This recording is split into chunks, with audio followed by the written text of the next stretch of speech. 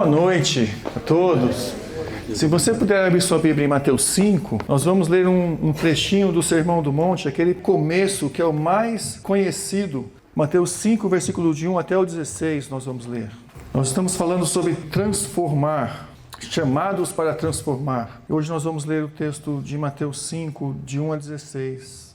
Eu estou lendo na versão NVI aqui. Diz assim: vendo as multidões, Jesus subiu ao monte e se assentou.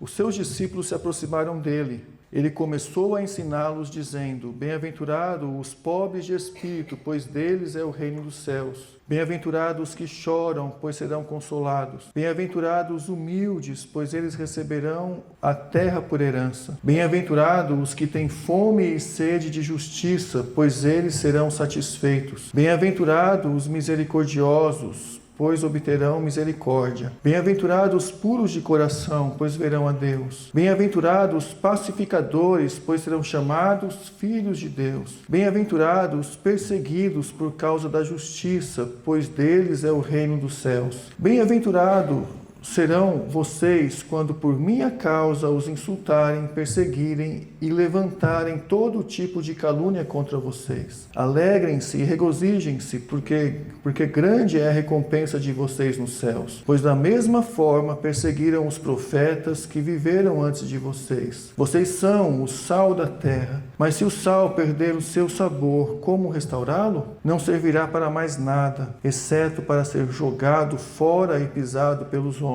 Vocês são a luz do mundo. Não se pode esconder uma cidade construída sobre um monte. E também ninguém acende uma candeia e coloca debaixo de uma vasilha. Pelo contrário, coloca no lugar apropriado e assim ilumina a todos os que estão na casa. Assim brilhe a luz de vocês diante dos homens, para que vejam as suas obras e glorifiquem ao Pai de vocês que está nos céus. Vamos ler de novo o 16. Assim brilhe a luz de vocês diante dos homens, para que vejam as suas obras e glorifiquem o Pai de vocês que está nos céus. Vamos orar, irmão. Senhor, nós te agradecemos por esse momento que estamos diante da Tua Palavra, pedimos a Tua bênção ao meditar sobre ela. Queremos que o Seu coração, o Seu Espírito ministre ao nosso coração a verdade, Senhor. E diante do Senhor queremos estar com o coração dispostos a obedecer. Som do nosso coração agora, Senhor, para que a gente possa realmente estar dispostos a obedecer ao Senhor. Então, ilumine a nossa mente, Deus, com o Teu Espírito, Senhor, para que entendamos a Tua vontade. Esse é o nosso pedido como igreja, nesse momento, nos una nessa oração, Senhor, nessa adoração coletiva, onde buscamos cumprir nossa missão e nos direcione a ela, Senhor. Mais uma vez, nós oramos em nome de Jesus. Amém. Irmãos, eu quero ler um pouquinho o contexto desse Sermão do Monte. E o contexto, ele começa... Eu quero, aqui no capítulo 3, eu vou ler alguns versículos, se os irmãos puderem acompanhar comigo, isso é muito bom. A gente vai entendendo o contexto, lendo os versículos. Sobre João Batista, no capítulo 3, versículo 2, João Batista pregava e dizia assim: arrependei-vos, porque está próximo o reino dos céus. Ele saiu pregando isso. Então, logo depois, no versículo 11 do capítulo 3... Jesus chegou para ser batizado por João Batista. E João Batista disse: eu vos batizo com água para o arrependimento, mas aquele que vem depois de mim é mais poderoso do que eu, cujas sandálias eu não sou digno de levar. Ele vos batizará com o Espírito Santo e com fogo. Então João Batista disse que viria Jesus e batizaria com o Espírito Santo e com fogo. E Jesus foi batizado, o céu abriu e ouviu uma voz do céu que disse: esse é meu filho amado, em quem me comprazo. Logo depois disso, no capítulo 4, versículo 12, João Batista é preso. E foi contado para Jesus. Mateus 4,12 diz: ouvindo, porém, Jesus que João fora preso, retirou-se para a Galileia. Imagina ter um ministério assim, e ser preso e terminar o ministério na cadeia ou na prisão. Essa é a situação de João Batista. Versículo 17 do capítulo 4 diz assim: dali em diante passou Jesus a pregar e a dizer: arrependei-vos, porque está próximo o reino dos céus. Então Jesus passou a pregar como João Batista pregava: arrependei-vos, porque está próximo o reino dos céus. E no versículo 23, ainda do capítulo 4, fala assim: percorria Jesus toda a Galileia, ensinando. Ele ensinava nas sinagogas, ele pregava o evangelho do reino e ele curava toda sorte de doença. E não era só lá, no versículo 25 do capítulo 4, fala assim: e da Galileia, Decápolis, Jerusalém, Judeia, também de todo o Jordão, numerosa multidão seguiam. Foi essa multidão que aí a gente entra no capítulo 5, eles começaram a seguir a Jesus e Jesus vendo as multidões. Então Jesus já pregava o arrependimento. Mas voltando um pouquinho ainda para João Batista, em Lucas, capítulo 1, versículo 76 em diante, a gente tem uma oração do pai de João Batista, que é o Zacarias. Olha que oração, que texto maravilhoso que ele fala sobre João Batista. E eu quero dar essa introdução e dizer sobre João Batista, porque João Batista foi o último profeta. Guardem isso. Ele foi o último profeta. Também guardem o fato de que Jesus batizaria com o Espírito Santo e com fogo. Mas olha o que ele fala sobre João Batista. Tu, menino, serás chamado profeta do Altíssimo, porque precederás o Senhor preparando o caminho para dar ao seu povo o conhecimento da salvação, no redimi-lo dos seus pecados. Ao redimir o povo dos seus pecados, João Batista, pregando, daria o conhecimento da salvação, a graça, a entranhável misericórdia do nosso Deus, pela qual nos visitará o sol nascente das alturas. Então ele diz: olha, o sol nascente, a luz maior, nos visitará. Você, menino, será chamado profeta porque você pregará a salvação, as pessoas entenderão a salvação. E as pessoas vão entender o processo de redenção. Ao redimir o seu povo, as pessoas vão entender a salvação. Então não era somente entender do ouvido, era realmente entender o que era uma salvação presente. João Batista era um profeta que pregava a salvação e era uma salvação presente naquele momento. E aí ele fala, 79, para iluminar os que jazem nas trevas e na sombra da morte, e dirigir os nossos pés pelo caminho da paz. Iluminar quem estava nas trevas e dirigir. E 80, o menino crescia e se fortalecia em espírito, e viveu nos desertos até o dia em que havia de manifestar-se a Israel. Ele viveu no deserto, mas aqui diz que ele crescia e se fortalecia no Espírito. Era um menino cheio do Espírito. Era um menino que se fortalecia no fato de ter Espírito. E o que aconteceu com João Batista? Onde ele terminou? Terminou preso no cárcere. Ele pregou arrependimento, ele enfrentou, ele pregou a palavra, ele pregava, se juntava muita gente. A multidão que se juntava em João Batista não era pouca gente, era muita gente. A ponto de Herodes tremer. Mas foi por causa disso que ele depois veio a morrer, porque ele enfrentou Herodes também, cheio do Espírito. Ele pregava, mas terminou no cárcere. E aí começou Jesus, e Jesus começou a fazer muitas coisas. Ele pregava arrependimento, ele pregava a palavra de Deus, mas ele ensinava, ele curava, ele ia adiante. Ele era a luz do mundo, ele disse que ele era a luz, ele manifestou mesmo. E aí, aqui, quando chegou no Sermão do Monte, ele viu a multidão que estava seguindo ele. E ele, vendo a multidão, ele subiu no monte e se assentou, e os seus discípulos se aproximaram dele. E aí ele começou a ensinar as bem-aventuranças, e depois ele disse sobre sal e luz. Só que existe uma ligação entre sal e luz, e esse é o tema do que eu quero falar hoje, que nós devemos ser sal e luz. Existe uma ligação entre as bem-aventuranças e o ser sal e luz. Porque o sal e luz destacam o que os discípulos são É como bem-aventurados no mundo. Então Jesus está destacando, vocês são isso, vocês são isso, vocês são isso. E aí no final eles falam, olha, vocês precisam ser sal e luz, porque se o sal vier a ser insípido, vai ser jogado e pisado pelos homens. E a luz, se não existir, é que grande trevas vai ser, e depois ele fala do Sermão do Monte, mas ele diz, vocês são a luz do mundo, vocês que iluminam o mundo. Agora, voltando aqui às bem-aventuranças, por exemplo, o pobre de espírito, ele diz, pois deles é o reino do céu, é aquela pessoa quebrantada, é aquela pessoa que tem percepção de si mesma, mas diante de Deus. Ele é pobre de espírito porque ele tem uma visão de Deus, do que ele é, da situação dele diante de Deus. Então ele se torna uma pessoa quebrantada. Bem-aventurados os que choram, porque os que choram serão consolados, mas a gente entende que os que choram, eles choram pelos seus pecados, também diante de Deus. Eles entendem o fracasso deles mesmos em fazer a obra de Deus. Então eles choram. Bem-aventurados os humildes ou os mansos, porque receberão a terra por herança, mas são humildes e são mansos porque se submetem a Deus.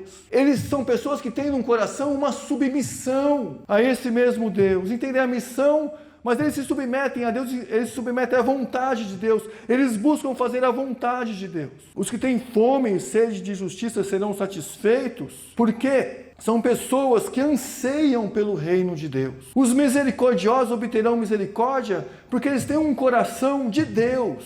Eles têm um trato humano como Jesus era. Então, bem-aventurados os misericordiosos, bem-aventurados os puros de coração, porque verão a Deus. Eles têm uma intenção verdadeira, sem perversidade no coração. E perversidade é essa coisa de tornar o bem em mal. Eles não têm isso. Eles são puros de coração. Aquilo que é bom é bom. Bem-aventurados os pacificadores, porque eles serão chamados filhos de Deus. São pessoas que procuram a paz.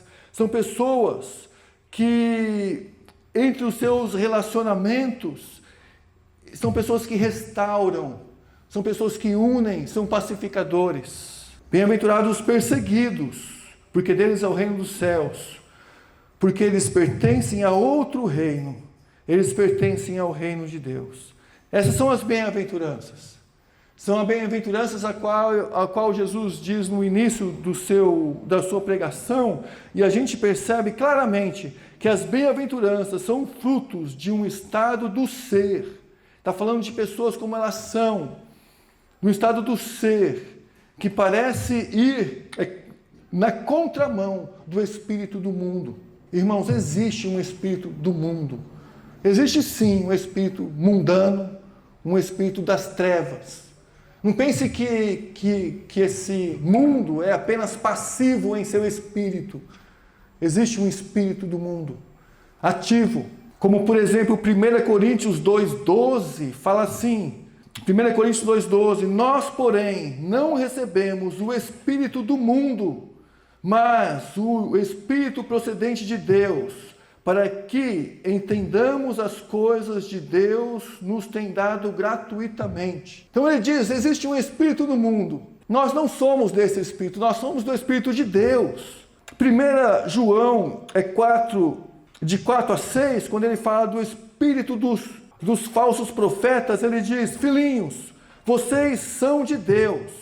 E os venceram os falsos profetas, venceram o espírito do anticristo. Aí eles falam, porque aquele que está em vocês é maior do que aquele que está no mundo. Então existe um espírito que está no mundo, mas ele diz, o que está em vocês é maior, tenham essa consciência. Eles vêm do mundo, e por isso o que falam procede do mundo, e o mundo os ouve. Nós viemos de Deus, e todo aquele que conhece a Deus nos ouve. Mas quem não vem de Deus não nos ouve. Dessa forma reconhecemos o espírito da verdade e o espírito do erro. Existe um espírito do erro. Existe. Assim como existe o espírito da verdade também.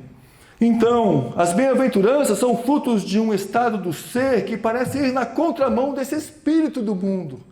Bem-aventurados aqueles que têm um outro tipo de espírito dentro do coração. Não é o do mundo, não é o espírito do engano. É um outro espírito. Também, as bem-aventuranças mostram que existe um curso no mundo que faz com que as pessoas vão de mal a pior. Como a gente viu semana passada, 2 Timóteo 3, 12 e 13, fala assim: de fato, todos que desejam viver piedosamente em Cristo serão perseguidos. Contudo, os perversos e impostores irão de mal a pior, enganando e sendo enganados.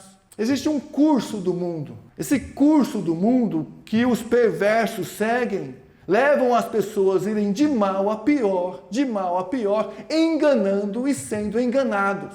É um curso que a gente não quer estar. Só que ao mesmo tempo a gente olha um texto como a pregação do Sermão do Monte e a gente vê, olha, eu preciso ter esse coração. Eu não quero ter um coração enganado, eu quero ter um coração verdadeiro. Eu não quero ir de mal a pior, tentando vencer no mundo, mas indo de mal a pior segundo o curso do mundo. Eu quero outro tipo de espírito, eu quero outro tipo para a minha vida. O curso do mundo fará as pessoas irem de mal a pior. Mas as bem-aventuranças também mostram que ter um coração parecido com o de Cristo nos trará sofrimento e perseguição. Olha o versículo 11 de Mateus 5 que a gente leu, fala assim: bem-aventurados serão vocês. Aí ele fala quando. Ele não fala se vocês forem perseguidos. Ele fala, bem-aventurados serão vocês quando, por minha causa, os insultarem, perseguirem, se levantarem todo tipo de calúnia contra vocês. Então a gente pode ter certeza de uma coisa, olha, esse tipo de espírito que a bem-aventurança mostra de pessoas que vai contra o curso desse mundo, em algum momento vai ser perseguido. E vai ser perseguido por causa de Cristo. E quando for perseguido, Jesus já está preparando, vocês vão ser bem-aventurados, felizes. Como eu falei há um tempo atrás, se a gente ama como Cristo ama, e essa é a proposta do Evangelho, sabe o que vai acontecer com a gente? Se você ama como Cristo ama, se você propôs a sua vida amar como Cristo ama você, sabe o que vai acontecer com você? Você vai sofrer como Cristo sofreu. Por que Cristo sofreu? Porque Ele quis? Ele sofreu por amor, irmãos. Então, se a gente pensar assim, olha, se eu proponho na minha vida amar como Cristo me amou, se esse é um alvo que eu tenho, ter um coração como Cristo teve, ser misericordioso como Cristo é, eu vou sofrer como Cristo sofreu.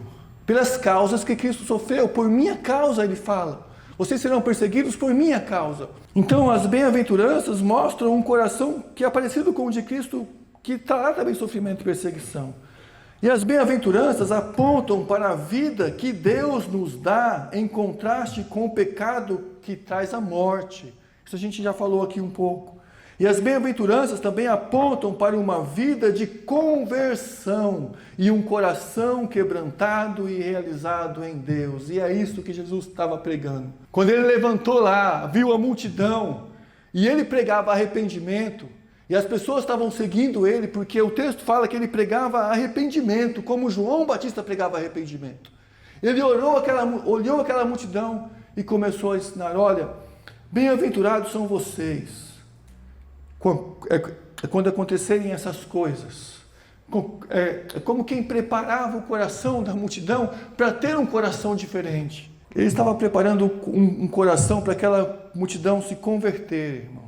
O texto fala assim, que bem-aventurados serão vocês quando por minha causa os insultarem, perseguirem, levantarem todo tipo de calúnia contra vocês, alegrem-se e regozijem-se, porque grande é a recompensa de vocês nos céus, pois da mesma forma perseguiram os profetas que viveram antes de vocês. A pergunta que eu quero fazer na coinonia, quarta-feira, ou no outro dia que alguma coinonia se reunir, é como uma conversão genuína transforma o seu testemunho perante aqueles que estão à sua volta.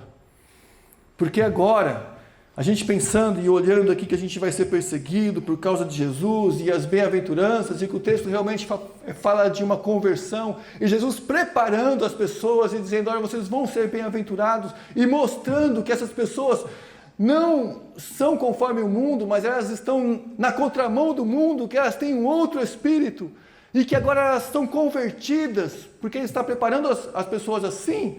Então, como uma conversão genuína transforma o seu testemunho perante aqueles que estão à sua volta? E a gente vai discutir isso. Sabe de uma coisa?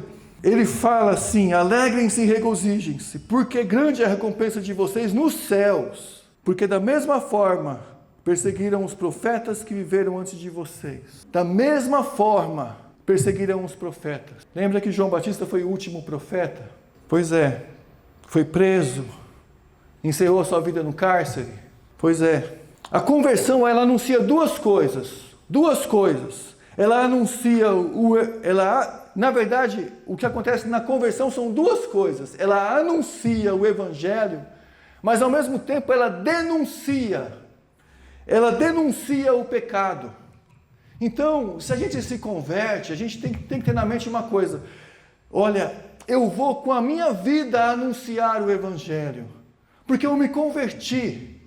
Então eu anuncio o evangelho. Anunciar é mostrar ao mundo que existe a possibilidade de ser diferente. Com isso eu anuncio, eu me converti. E se eu me converti, eu sigo essa questão das bem-aventuranças, então eu estou demonstrando ao mundo que existe uma possibilidade. Irmãos, o evangelho vai mudando o nosso coração, vai mudando o nosso ser, para que a gente se torne pessoas mais humildes, para que a gente chore pelo pecado, mas mais mansa, com fome de justiça, mais misericordioso e assim por diante. A conversão é essa transformação, essa é o primeiro significado da palavra conversão. Não é apenas mudar o rumo, como a gente aprende na escola de trânsito. Não, significa realmente transformação, assim como você transforma um arquivo em outro, você converte um arquivo em outro no computador, você muda. Assim também é conversão. E a gente sabe que na igreja, ou que no evangelho, a gente não muda de religião. A gente transforma pessoas. O evangelho ele transforma uma pessoa em uma outra pessoa. E se a gente se converteu a Deus, a gente precisa entender que o Senhor nos transformou em novas pessoas. Só que à medida que eu me converto a esse evangelho do Sermão do Monte, eu vou anunciar que existe a possibilidade de ser uma pessoa diferente, ao mesmo tempo que eu vou denunciar os pecadores desse mundo que continuam sendo pecadores. Eu anuncio a possibilidade do evangelho e eu denuncio. Eu denuncio aqueles que não querem mudança, que não querem Jesus, que querem seguir segundo o engano desse mundo, enganando e sendo enganados de mal a pior. Nos convertemos a uma causa e essa causa é a causa de Jesus. E aí nós passamos a testemunhar. Só que aí, irmãos, os nossos amigos, o que acontece com os nossos amigos? O que acontece com as pessoas perto da gente? O que acontece com os nossos relacionamentos nesse processo? Amigos, isso é um princípio que eu tenho visto que é bem real. Aqueles amigos mais profundos, eles são formados quando compartilham os mesmos valores e anseios. São formados de uma maneira mais profunda quando eles compartilham com a gente os nossos anseios mais profundos e os nossos valores. Quando você compartilha com alguém algo da sua vida, você está compartilhando, mas quando você se aprofunda em algum tipo de amizade, você começa a compartilhar mesmo os seus anseios mais profundos, os seus valores mais profundos. E aí, quando a gente se converte, como fica? Lembra de Davi e Jonatas? Davi e Jonatas foram dois grandes amigos. Jonatas era um homem de tremenda fé, a ponto de quando ele viu uma guarnição de filisteus, ele fez, no meu ponto de vista, mais do que Davi fez quando enfrentou Golias. Porque Jonas foi sozinho enfrentar uma guarnição inteira de filisteus. E ele falou, porque Deus não importa se derrotar com muito ou com pouco. E aí Jonas engatinhou no chão e foi engateando em direção aos filisteus. E os filisteus iam com espada mesmo para matar Jonas. O que aconteceu foi que aquelas pessoas caíram para trás. E o escudeiro de Jonas, com uma espada, foi matando os filisteus. E o que aconteceu foi que eles fugiram e sumiram. E aí se espalharam, e aí Israel avançou com a guerra. Mas olha a fé de Jonatas. E aí Jonatas viu quando Davi derrotou Golias, e Jonatas viu a fé de Davi. Jonatas se apegou a Davi com amizade, porque tinham a mesma fé. Jonatas percebeu algo diferente em Davi, aquilo uniu os dois na mesma fé. Ele podia compartilhar algo mais profundo com Davi. Ele podia compartilhar o que era ser rei de Israel com Davi. E assim, quando a gente se converte, muda em nosso coração a fé, muda os nossos valores, muda os nossos propósitos, mas muda o nosso interior, coisas mudam. A gente passa a seguir o Sermão do Monte. Seguir o Sermão do Monte como filosofia de vida. E aí, o Senhor vai mudando e transformando tudo, inclusive as bases da nossa amizade. Agora pensa nos seus amigos, essa é outra pergunta que a gente pode fazer na koinonia também.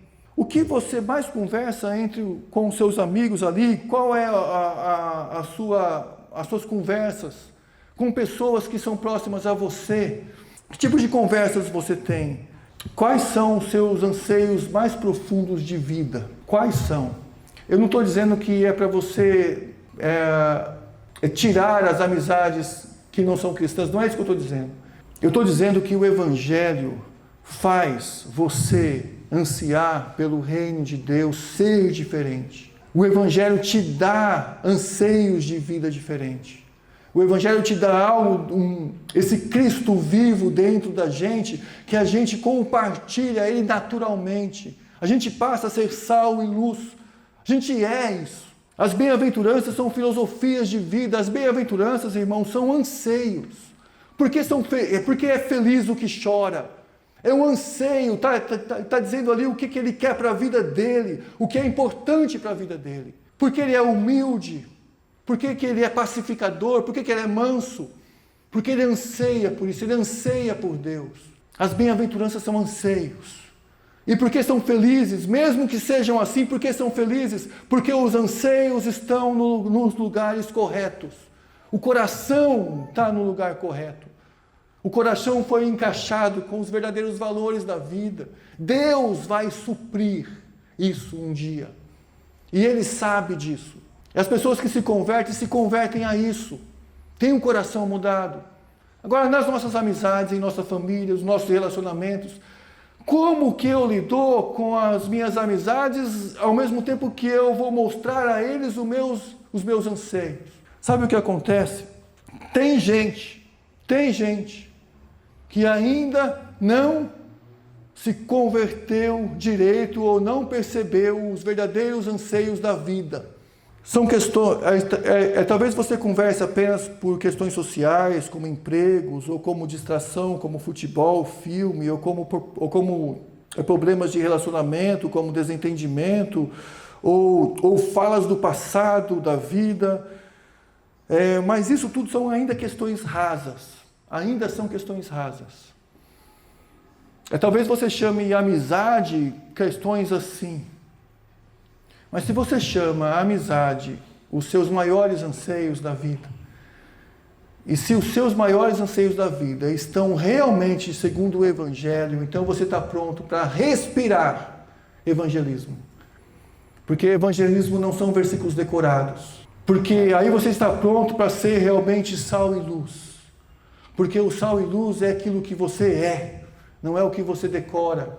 Os seus anseios, vocês testemunham isso nas suas maiores lutas na vida, nas suas maiores tribulações. Quais são as suas maiores tribulações? Porque o que realmente aflige o seu coração? E como essas coisas estão encaixadas com o Evangelho? Você se preocupa com as pessoas ao seu redor apenas por conversar com elas sobre futebol ou sobre emprego? Existem questões mais profundas. Olha uma coisa, vamos ler aqui Efésios 2, de 1 a 3, por exemplo, para ver o que nós éramos antes da conversão. Efésios 2, 1 a 3, fala assim: Ele vos deu vida. Eu estou lendo na NVI. Ele vos deu vida, estando vós mortos em vossos delitos e pecados. Estavam presos, mortos nos delitos e pecados, nos quais andastes outrora segundo o curso desse mundo, Então era uma vida que a gente tinha. Nós andávamos assim, era uma vida. Segundo o curso desse mundo, segundo o príncipe das potestades do ar, e o espírito que agora atua nos filhos da desobediência, porque existe um espírito atuando no mundo, entre os quais também todos andávamos outrora. Éramos escravos desse espírito, segundo as inclinações da nossa carne. Então tínhamos ainda o problema da carne. Fazendo a vontade da carne e dos pensamentos, éramos por natureza filhos da ira, como os demais. E ainda tinha a questão de que diante de Deus éramos inimigos. Porque nós nos considerávamos assim, éramos filhos da ira. Para a gente estava destinado à ira de Deus. Esses três inimigos que governam aqui o mundo, a carne e o diabo, eles governam quem? Eles governavam quem? Agora repare uma coisa também, irmãos. O dinheiro tem o mesmo poder desses três inimigos na nossa vida, de comprar o nosso coração. Repare isso também. Porque se você vive para isso, e se isso é a sua vida, você ainda está vivendo dentro dos mesmos valores. Ele ainda tem essa questão de te controlar no mundo, de te dar prazer e de te escravizar, como o príncipe desse mundo faz.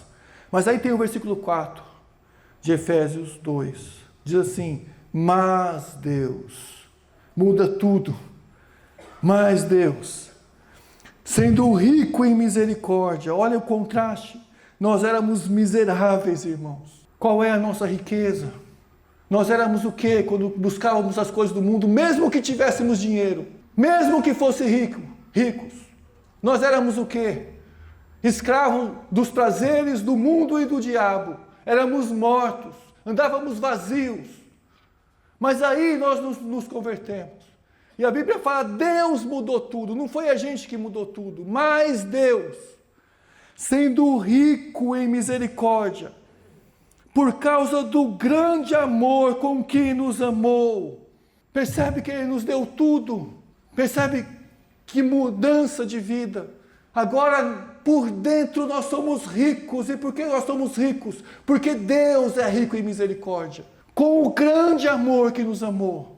Esse é o amor do Sermão do Monte, que os que choram, choram por isso, são ricos nisso, são pessoas mudadas nisso, entendem isso, entendem esse valor, esse amor, irmãos, com que Deus nos amou, é um valor para a gente. Então Deus mudou tudo, e essa misericórdia refletiu o caráter de Deus, então reflete os seus valores, e o seu amor também reflete as nossas motivações, os nossos anseios. E aí, a gente entende por que as bem-aventuranças são como um anseio, os anseios mais profundos dos valores da vida. É bom que a gente tenha amizades por esses anseios também, irmãos. Se você não tem amizades assim, procure ter. Procure ter pessoas que vão conversar com vocês dizendo, olha, é isso que eu anseio para a minha vida. Eu quero ser alguém mais dependente de Deus. Eu quero estar mais perto de Deus. Procure amizades assim. Pessoas de fé. Procure também. E coloque no seu coração em ser uma pessoa para o mundo, uma luz. E para os seus amigos lá fora, ou para os seus colegas também. Para que eles olhem para você e sintam diferença. E para que você testemunhe para eles o grande amor, a riqueza de Deus. Que Deus te salvou. A riqueza da misericórdia de Deus na tua vida. Eles vão olhar para você e vão falar assim, o que está acontecendo? Você está uma pessoa diferente. Eu achei que você ia brigar por causa daquilo lá no seu trabalho e você nem ligou. O que está acontecendo com você? O que está acontecendo que você olha para as pessoas ao seu redor agora com mais compaixão? Você olha para as pessoas, o que está acontecendo com você? Eu quero ouvir de você o que aconteceu na tua vida. E aí talvez você possa ler para ele e falar assim, olha o que Jesus me ensinou aqui. Bem-aventurado os humildes. Ou talvez abrir em Efésios 2 e dizer para eles, 2:4, Deus sendo rico em misericórdia por causa do seu grande amor que nos amou. Pela graça sois salvos por meio da fé. Isso não vem de vós, é dom de Deus. A nossa vida, irmãos, ou ela anuncia, a nossa vida anuncia e denuncia As pessoas vão olhar para a gente e vão ver a possibilidade de ser uma pessoa diferente, ao mesmo tempo que elas vão olhar e falar assim, olha, eu estou me sentindo errado, eu estou me sentindo um pecador, eu fiz alguma coisa errada, porque também denuncia. Quando a gente viu o testemunho daquele irmão que se converteu lá no Rio, você sabe, Juruá, né? Ele falou assim, olha, eu fumo, e agora? Como que eu vou fazer? Né? As pessoas vão, os irmãos percebem, anuncia e denuncia. E à medida que ele parou de fumar, o que acontece com quem fumava perto dele? Ele parou, e aí? Anuncia e denuncia. Mas ao mesmo tempo anunciou a possibilidade, olha, existe possibilidade que vai além de mim, é Deus que muda. Mas ao mesmo tempo denuncia. E é por isso que também traz perseguição. O resultado é ser perseguidos como os profetas foram. Como a gente leu, porque assim, alegrem-se, pois da mesma forma foi perseguido os profetas que viveram depois de vocês. Os profetas também foram perseguidos porque os profetas anunciavam, mas eles também denunciavam.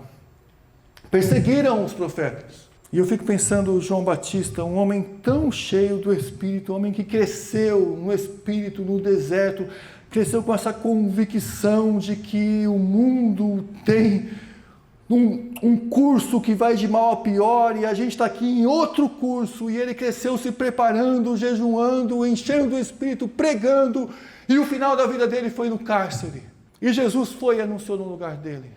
Alegrar, porque a gente tem uma recompensa também. Mas aí, versículo 13, irmãos. Sal da terra, vocês são o sal da terra. Se o sal perder o seu sabor, como restaurar o seu sabor? Servirá para mais nada, exceto para ser jogado fora e pisado pelos homens. O sal, apesar que ele pode ter muitas propriedades, mas aqui ele está dizendo diretamente em uma, é o sabor. É o caráter cristão consciente, é o caráter cristão que é consciente ou inconscientemente afeta outras pessoas ao nosso redor. São aquelas pessoas que desfrutam a vida espiritual, por fazer parte da obra de Deus e que glorificam a Deus fazendo a obra de Deus. E quando ele fala para nada mais presta, ele está também dizendo uma outra propriedade, que é a propriedade de preservação. Porque eles usavam sal para essas duas coisas principais, para dar sabor e para preservar. Eles não tinham geladeira naquela época. Eles usavam muito o sal para preservar. Se o sal perde o seu sabor e é jogado fora e para nada mais presta, também não presta para preservar. E preservar é essa questão da gente não... É dos discípulos, esse dever que os discípulos têm de ser um obstáculo à expansão da corrupção do mundo, de retardar deteriorização, seja moral ou seja espiritual. Vós sois o sal da terra. Vocês são aquelas pessoas que dão ao mundo uma certa vida. Vocês são, Jesus falando. É vocês que preservam, além de dar essa vida, vocês preservam essa vida. Vocês são a luz do mundo. Vocês são a luz do mundo. A luz brilha e se opõe às trevas. Assim como a luz reflete a luz do sol, a gente também, assim como a lua reflete a luz do sol, a gente reflete a luz de Jesus, que Jesus é a luz desse mundo. Nós somos a luz, por aquilo que nós somos. Agora, observe que no versículo 16 aqui, ele fala assim, 16, que a gente leu 2 vezes. Assim brilhe também a vossa luz diante dos homens, para que vejam as boas obras e glorifiquem a vosso Pai que estás no céu. Assim como observe que não são as nossas obras que são a luz. Observe que não são as nossas obras, mas o meio pelo qual as pessoas percebem que elas são boas. A luz não são as nossas obras, a luz é o meio.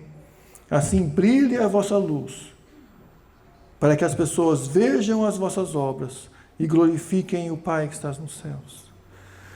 Se a gente entender que a gente é luz, as obras vão ser resultado disso. Se a gente entender o Evangelho, irmãos, as obras vão ser resultado disso. E as pessoas vão ver pela nossa luz. A gente vai anunciar e denunciar. Elas vão ver pela nossa luz.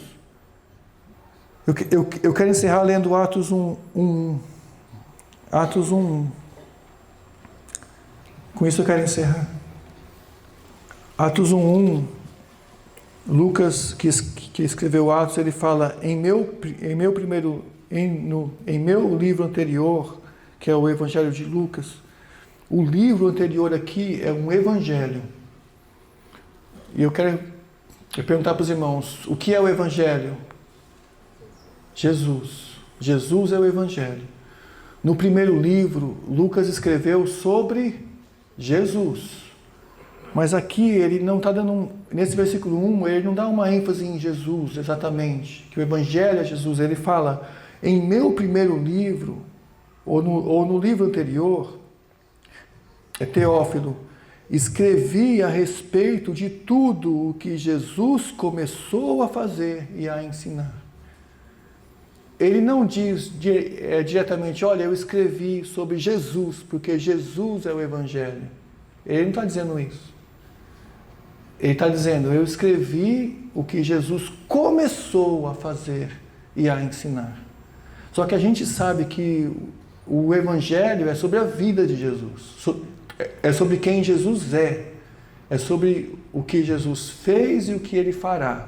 Esse é o Evangelho. E por que Lucas, ele escrevi a respeito de tudo que Jesus começou a fazer e ensinar? Por que ele está dizendo isso para Teófilo? Teófilo, eu escrevi o primeiro livro, é sobre o que Jesus começou a fazer e a ensinar. A gente levando em conta que Jesus é o Evangelho, que Jesus é a luz do mundo. Porque ele começou a fazer e a ensinar. A palavra, a ênfase está no começou. Porque ele começou a fazer e ensinar. Porque agora Jesus transforma os seus discípulos. Existe um ministério nos evangelhos. Existe uma atuação, existe uma redenção anunciada nos evangelhos. Existe uma redenção. O evangelho não é só de falar, o evangelho é um fato. É uma coisa como que João Batista, como o último menino que cresceu ali. Olha, menino, você vai crescer e você vai anunciar a salvação. E a salvação que você vai anunciar é no poder do perdão. No poder do perdão. Não são apenas palavras que você vai jogar ao vento. Vai existir um poder, uma luz que vai varrer o seu ministério. E no poder do perdão você vai pregar. E é no poder do perdão, da redenção, que você vai anunciar. Isso vai acompanhar você. Isso, além de acompanhar você, isso vai estar em você. E você vai pregar, e você vai ser uma luz, e você vai pregar sobre o sol da justiça. E o sol vai brilhar, e as pessoas vão entender a salvação da luz que brilha. Mas você vai pregar. Você vai pregar. E assim como aquele profeta, a gente também agora, no Evangelho, nós somos como esse profeta, e temos essa anunciação, e anunciamos também a mudança, o anúncio, mas nós também denunciamos o mundo. Mas não importa, porque o que importa é que essa redenção varre. E se Jesus começou a fazer, quem vai continuar? O livro de Atos fala do quê? De nós. Nós continuamos. E é por isso que a ênfase está no que começou a fazer e a ensinar. E fazer e ensinar. Fazer e ensinar. Agora nós fazemos e ensinamos. Nós somos sal e somos luz. Nós fazemos também e ensinamos também. A gente precisa assumir isso. Eu sou sal e luz. Eu anuncio redenção. É assim que vai acontecer nas minhas amizades. É assim que vai acontecer com as pessoas ao meu redor. Porque se o sal vier a ser insípido, para nada mais presta, a não ser para ser pisado pelos homens. Pisado por aqueles que vão de mal a pior. segundo o curso desse mundo. Então eu preciso tomar uma decisão. Eu sou sal e luz. Eu anuncio, os meus anseios são os anseios do Sermão do Monte. Esses são os meus anseios. Por isso que eu anseio. Esses são os meus planos. É isso que eu anuncio. Anuncio isso. Então Jesus transforma os seus discípulos para eles serem sal e luz, porque os evangelhos também são uma obra de redenção. São, porque senão não tinha valor. Não tinha valor ser. Não testemunhamos por uma mensagem decorada, mas pelo ar que nós respiramos. Guardem isso. Com isso eu quero encerrar. Nós não evangelizamos por uma mensagem decorada. Nós evangelizamos pelo ar que respiramos. Se a gente respira, a gente evangeliza. Entenderam isso? Nós evangelizamos pelo ar que respiramos. Nós vamos orar e servir a ceia do Senhor. Se você puder, baixar a sua cabeça. Senhor, nós queremos colocar diante do Senhor nosso coração e te agradecer, Senhor, porque hoje nós entendemos, nós refletimos um pouco mais, que nós somos sal e luz nesse mundo. Esse é um privilégio, Senhor, da salvação. Som do nosso coração, os anseios da nossa alma, Senhor, para que a gente se encontre como bem-aventurados e saia daqui, Deus, com mais essa reflexão de que nós somos bem-aventurados.